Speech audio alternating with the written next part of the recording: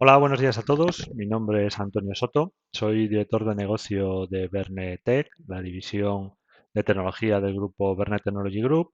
Y antes de nada, me gustaría agradecer a los organizadores del Congreso Atlan la oportunidad que nos proporcionan estar hoy aquí con vosotros para hablar sobre la ciberseguridad. Más concretamente, me gustaría introduciros un concepto que utilizamos en Verne Technology Group que denominamos ciberresponsabilidad. ¿De acuerdo? Para intentar hacer hincapié en cuál es nuestra responsabilidad en las tecnologías y en los escenarios que se nos abren hoy en día, desde el punto de vista de una organización, cuál es nuestra responsabilidad con respecto a la seguridad de nuestros sistemas y de nuestras aplicaciones y soluciones. ¿De acuerdo? Durante la sesión de hoy me gustaría primero introducir un poco el escenario actual en el cual nos encontramos. Todavía pandémico, ¿verdad? Después introducir el concepto de ciberresponsabilidad y por último acabar comentando algunos aspectos que creemos de especial relevancia con respecto a qué hay que tener en cuenta desde un punto de vista de usuario de negocio y que hay que tener en cuenta desde un punto de vista tecnológico a la hora de abordar una estrategia de ciberseguridad y o ciberresponsabilidad. ¿Vale? Bueno, pues del COVID-19, antes de la pandemia, ya la velocidad a la cual las pymes, concretamente en nuestro país, y voy a centrar mi discurso hablando de las pymes porque pues, son más del 90% del tejido empresarial de este país, ya habían iniciado el camino a la transformación digital, ¿verdad? Y para permitirles, pues bueno, adaptarse, bueno, pues a todos los cambios de hábito y de consumo que estamos sufriendo como sociedad en los últimos años y que parecen imparables. Pero sin embargo, a raíz de la pandemia, pues digamos que la velocidad en el uso y a veces el abuso de ese tipo de tecnologías, pues ha crecido exponencialmente. Como veis, hay algunos porcentajes, pues se ha incrementado en un 76% el número de trabajadores que hacen uso de tecnologías de escritorio remoto, de trabajo remoto, que necesitan conectarse de forma remota a algún tipo de aplicación o solución que nosotros como organización les estamos proporcionando. Se ha incrementado en un 184% el uso de herramientas orientadas a videoconferencia. Obviamente, la forma que teníamos de comunicarnos y de colaborar mientras estuvimos confinados y todo eso todavía continúa vigente en la gran mayoría de los casos y también todo eso se ha visto acompañado de un incremento en la inversión en soluciones de seguridad o ciberseguridad, que también ha experimentado un incremento de un 11%. Pero fijaros que a pesar de que ha sufrido un incremento y además teniendo en cuenta que no partíamos de una buena posición, un 11% frente a un 184, un 76, evidentemente no es algo que esté balanceado, ¿verdad? Es decir, no hemos o no estamos invirtiendo lo suficiente en soluciones de ciberseguridad para proteger todos los cambios que estamos experimentando en este tipo de soluciones de trabajo móvil o trabajo remoto o colaboración en estas soluciones de videoconferencia, ¿verdad? Y es algo que debemos de tener en cuenta y de que debemos de poner encima de la mesa, ¿vale? Como os comentaba anteriormente, bueno, pues la aparición del COVID-19 y de la pandemia ha traído consigo, por un lado, como hemos comentado, ese incremento en la transformación digital y sobre todo en lo que todo lo relacionado con el trabajo remoto, fundamentalmente apoyado en la nube, apoyado en el cloud, y también evidentemente ha traído consigo el hecho de que los ciberdelincuentes han intentado aprovechar el COVID-19 pues para hacer sus campañas específicas de COVID. Como veis ahí, para poner un ejemplo, la Organización Mundial de la Salud nos ha denunciado en el mes de abril, de acuerdo, del año pasado, denunció que se habían multiplicado por 5 los ciberataques que estaban sufriendo sus empleados intentando ser engañados por bandas organizadas de ciberdelincuentes, pues de tú saber para hacer qué con respecto al COVID-19, ¿verdad? Es decir, al final tenemos que ser conscientes de que todas las nuevas funcionalidades y todas las bondades que hay de la tecnología, pues bueno, es un mundo que también está con el que también residen, eh, digamos, los malos, los delincuentes, y que intentan aprovechar cualquier rendija que puedan ver abierta para colarse, ¿vale? Eso ha hecho también que hayan cambiado radicalmente su enfoque, ¿vale? Por un lado, como os estoy comentando, ya no se habla de hackers, pues que son los típicos tecnólogos técnicos que por superar una barrera se pasan las noches intentando pues bueno, encontrar el hueco por el que colarse, sino que son organizaciones criminales directamente que lo que intentan es sacar un rendimiento económico, ¿vale?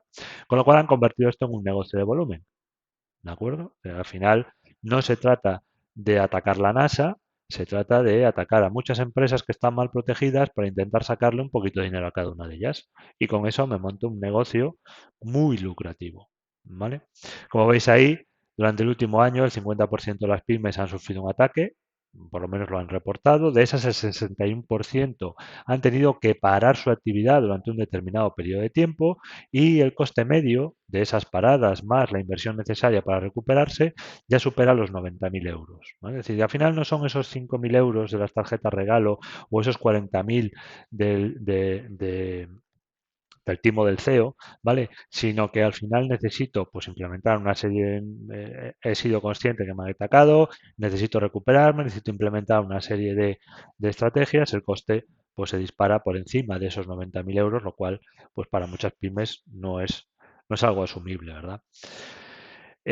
Si focalizamos esto en España, en nuestro país, un informe de todo el año 2020 publicado por el Centro Criptológico Nacional, como veis ahí tenemos el dudoso honor de estar entre el top 3 de países que porcentualmente en cuanto a base instalada más ciberataques reciben, un incremento brutal de incidentes, un incremento brutal en las pymes, un incremento más de un 70% de incremento de empresas que han sufrido ataques en los últimos 6 meses del año 2020 comparado con el último semestre del año 2019, ¿vale? Y el crecimiento también en el pensamiento que tenemos las organizaciones de que no estamos preparadas, de que si nos toca tenemos un problema serio e importante porque no estamos correctamente preparadas para abordar un problema de este estilo, ¿vale?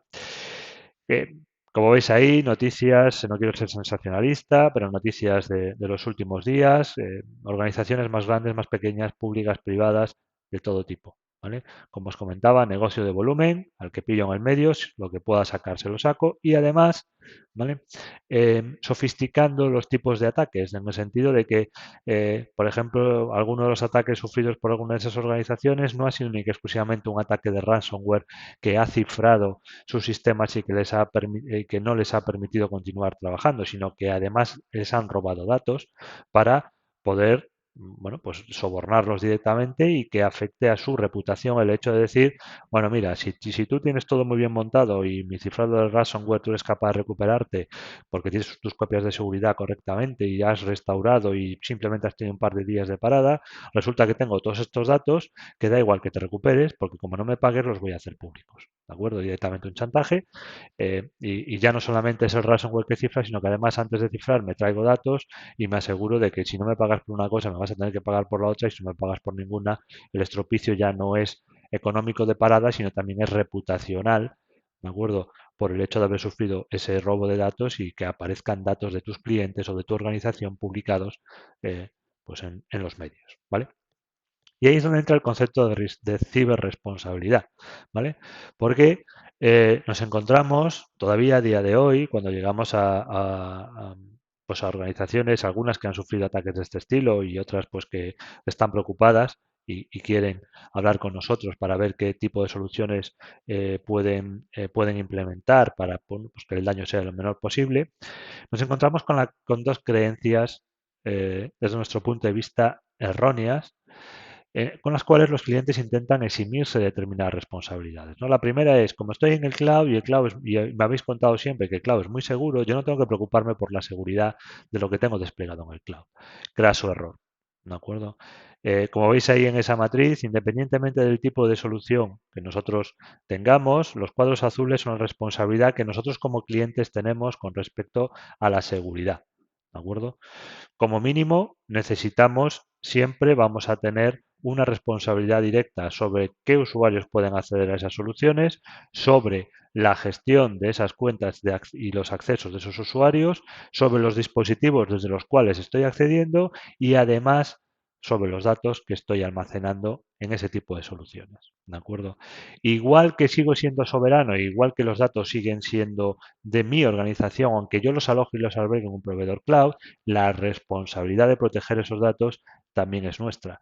¿de acuerdo? Y tiene que ser un trabajo conjunto del proveedor de nube que me proporciona determinados servicios y determinada infraestructura y mía como organización el implementar una estrategia de seguridad que cubra de principio a fin todas nuestras necesidades y que sea capaz de intentar anticiparse y si no, por lo menos intentar responder a un ataque de este estilo. ¿De acuerdo? Con lo cual, seguimos siendo responsables aunque estemos en el cloud, que sí, es más seguro, porque bueno, simplemente por escala, ¿verdad? Las inversiones que un proveedor cloud es capaz de abordar, pues probablemente no estén al alcance de la mayoría de las pymes y pues tienen determinadas tecnologías bueno, que me protegen ante determinados ataques, pero sigo manteniendo determinada responsabilidad y sigo teniendo que hacerme responsable de la seguridad, como mínimo, de los datos, de los accesos y de los dispositivos desde los cuales estamos accediendo, ¿vale?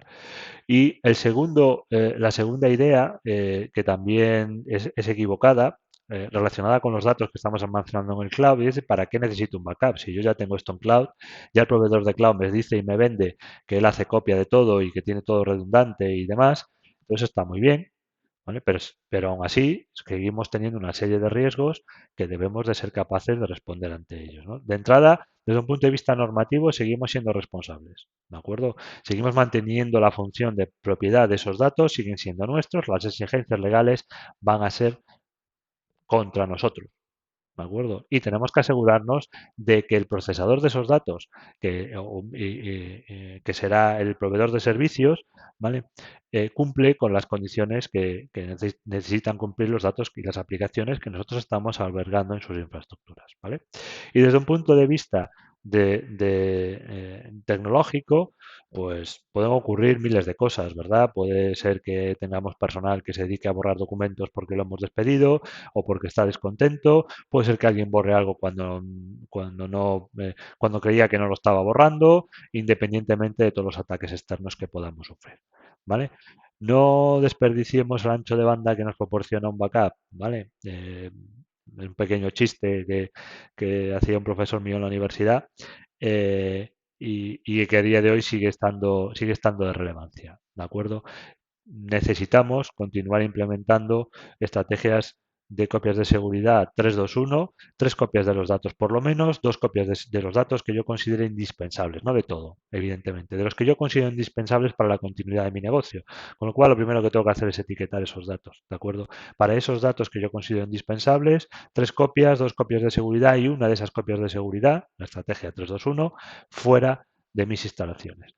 Y si mis instalaciones a día de hoy son el cloud, esa copia de seguridad tendrá que estar o en otro cloud de otro proveedor o tendrá que estar en mis instalaciones físicamente. Lo que no puede estar es una copia de seguridad dentro de esa misma cloud. ¿De acuerdo? Esa estrategia de copia de seguridad 3-2-1 libra o ha librado a muchos de nuestros clientes de paradas totales y de meses de inactividad y de ser capaces de recuperarse pues en un periodo relativamente corto de tiempo de un ataque como los que estamos comentando. ¿Vale? Después, dentro de nuestra estrategia de seguridad, si pensamos en nuestra estrategia de seguridad como una cadena, todas las cadenas tienen un eslabón débil. Y desde el punto de vista de la ciberseguridad, el eslabón débil, el eslabón más débil, es el usuario final. ¿De acuerdo? Ese es el eslabón que los malos intentan explotar, el eslabón que intentan romper, el lazo que intentan deshacer para introducirse dentro de nuestra organización y cometer sus fechorías, ¿no? Por decir de algún modo. Desde ese punto de vista, en Verne intentamos promover dentro de nuestros clientes una cultura preventiva de la ciberseguridad en general, pero de la concienciación de los usuarios de negocio en particular. ¿De acuerdo? Es decir, no podemos esperar a las campañas típicas que nos puede avisar el INCIBE de que hay una campaña por WhatsApp de no sé qué, hay una campaña que intenta suplantar a esta entidad bancaria, etcétera, etcétera. Cuando ya salen esas noticias es porque ya ha habido gente que ha picado, ¿de acuerdo? Eso es una cultura reactiva, necesitamos ser preventivos. ¿Cómo podemos ser preventivos? Podemos ser preventivos lanzando nuestras propias campañas de concienciación que fundamentalmente tienen dos componentes. Apoyarnos en una serie de herramientas en las que somos especialistas en Verne, que nos permiten lanzar esos señuelos personalizados de la entidad bancaria con la que nosotros trabajamos, de nuestros proveedores, de nuestros socios, de nuestras empresas del grupo, etcétera, etcétera, ¿vale? Para ver cómo responden nuestros usuarios ante esas campañas, ¿de acuerdo? Campañas que pueden simular un phishing, que pueden simular un ransomware, que pueden simular cualquier otro tipo de malware, insisto, personalizadas en nuestro idioma, etcétera, etcétera, ¿de acuerdo? Eso evidentemente tenemos que medirlo, ¿verdad? Y tenemos herramientas, esas propias herramientas nos proporcionan indicadores que nos dicen, mira, todos estos usuarios han picado en este tipo de ataques, pican más en este tipo de ataque, más en el otro, este perfil de usuario en este, etcétera, etcétera. Tengo una serie de datos de estadísticas que me permiten después dar una formación más enfocada y que no sea café para todos, que la formación sea simplemente una serie de pildoritas muy claras para decirle a un usuario cómo identificar un email fraudulento, cómo identificar una campaña de phishing, etcétera, etcétera, etcétera. ¿De acuerdo? Muy enfocadas. Con herramienta de concienciación, campaña de concienciación, formación. ¿De acuerdo? Dos pilares fundamentales que nos permiten implementar esta cultura preventiva desde el punto de vista de la concienciación de usuarios en nuestras organizaciones. Y esto no puede ser un one shot. Esto no puede ser lanzo una campaña y ahí me quedo, sino que tenemos que lanzar periódicamente.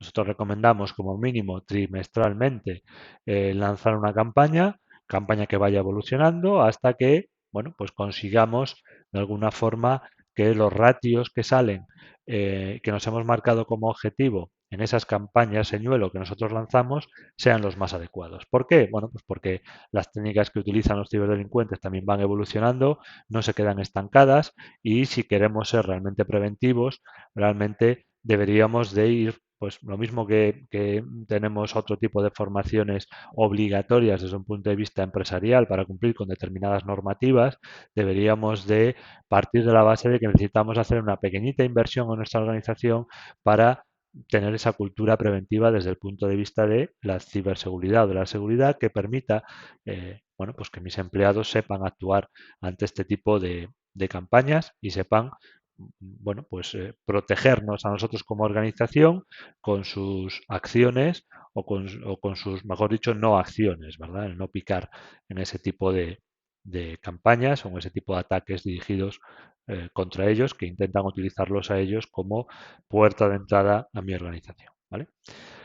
Eso si nos fijamos en el eslabón débil que son los usuarios, si nos fijamos desde un punto de vista más de soluciones tecnológicas, tenemos tres grandes pilares en los que enfocarnos, ¿de acuerdo? Tres grandes pilares que probablemente lo han sido siempre, que han sido siempre los tres pilares fundamentales, pero que cobran especial relevancia en el entorno que tenemos de incremento de trabajo remoto hoy en día. ¿De acuerdo?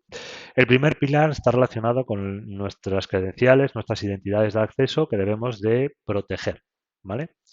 eh, con tecnologías tan sencillas como el segundo factor de autenticación, ¿verdad? Eso que nos obligan los bancos a tener que irnos a la aplicación del banco o a recibir un SMS cuando queremos acceder, es algo, es una tecnología accesible para cualquier pyme a día de hoy y que debería de ser de obligado cumplimiento, ¿verdad? Porque simplemente con un segundo factor de autenticación, y no hablo de factores de autenticación ya avanzados como pueden ser biométricos, huellas dactilares o reconocimiento facial, sino simplemente con enviar un mensaje a un dispositivo móvil y que sea necesario confirmar un código, pues ya estamos reduciendo más de un 90% la posibilidad de sufrir un robo de contraseñas, ¿de acuerdo? Con un mecanismo muy económico y con una forma de trabajar y de actuar a la cual los usuarios ya se están acostumbrando porque ya existen determinados entornos en los cuales eso está siendo obligatorio, ¿vale? En segundo lugar, debemos de proporcionar un acceso seguro, tenemos que protegernos, ya estamos hablando de medidas técnicas, fundamentalmente, de habilitación de acceso remoto de una forma segura, que seamos capaces de proteger esas granjas de servidores que hemos desplegado para proporcionar el acceso a escritorio remoto a nuestros usuarios y que deben de contar con unas características y unas medidas de seguridad lo más semejantes posibles al trabajo en local que estaban desempeñando nuestros usuarios. ¿De acuerdo? Ese es el primer pilar. El segundo pilar relacionado con los datos. Proteger a nuestros usuarios, lo que hemos comentado, pues además de con las campañas de concienciación, evidentemente, con todos los antivirus de nueva generación, los conocidos como XDR, que me permiten, bueno, pues a través de tecnologías de Machine Learning intentar anticiparse a a esos ataques, intentar detectar esos ataques y que los usuarios pues, se vean obligados a responder a un menor número de ataques posibles, ¿verdad? Como comentábamos anteriormente también, tener muy claro cuáles son los datos necesarios y confidenciales de nuestro negocio, necesarios para mantener nuestro día a día, confidenciales desde un punto de vista pues de protección de datos y establecer las medidas de salvaguarda de esos datos adecuadas dependiendo del entorno y el escenario en el que nos encontremos, ¿de acuerdo? Y un punto muy importante también que a veces pasa desapercibido es que a día de hoy existen en muchas organizaciones un montón de aplicaciones que están fuera del radar de los departamentos de sistemas, ¿verdad?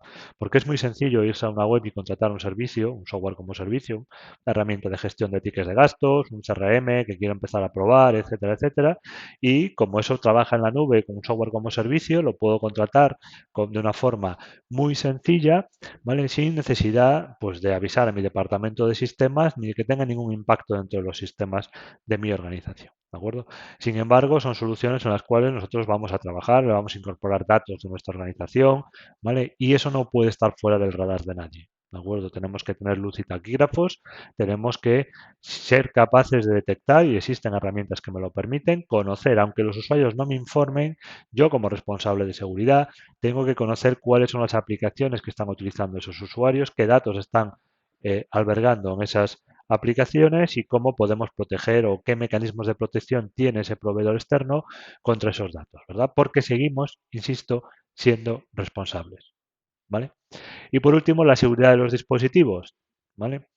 También somos responsables, aunque los trabajadores utilicen sus dispositivos personales para el día a día, porque les dejo acceder al correo electrónico, les dejo acceder bueno, pues a otro tipo de aplicaciones empresariales, las aplicaciones son de la empresa, los datos son de la empresa, ¿vale? Y la responsabilidad también es de la organización. Con lo cual debemos de, sin inmiscuirnos en la privacidad de que el dispositivo es personal del usuario, debemos de implementar las políticas necesarias para que el usuario pueda ejecutar única y exclusivamente aquellas aplicaciones que nosotros tenemos controladas y pueda hacer con los datos que gestionan esas aplicaciones única y exclusivamente aquello que nosotros le permitamos. Por ponernos un ejemplo, que el usuario pueda recibir el correo electrónico, pero que no pueda copiar y pegar texto de ese correo electrónico a una aplicación de su móvil o que no pueda guardar un documento adjunto de la organización en su móvil, sino que solamente pueda hacerlo dentro del ámbito de esa aplicación. Entonces, igual que tenemos herramientas MDM de gestión de dispositivos para esos dispositivos que son de la organización, tenemos tecnologías de MAM que lo que me gestionan son las aplicaciones que se ejecutan en los dispositivos personales de los usuarios y cuáles son las reglas que tienen que cumplir esos dispositivos para que nosotros dejemos que se puedan ejecutar esas aplicaciones empresariales. ¿De acuerdo? Eso es un poco lo que os quería comentar en la sesión. Recordar responsabilidad o más concretamente ciberresponsabilidad.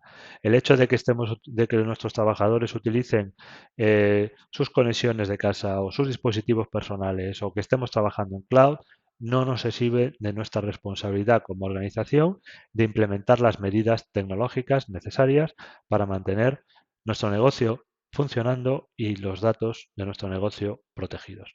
Si necesitáis ayuda, en Verne estaremos encantados de proporcionarla. Muchas gracias de nuevo y un cordial saludo a todos.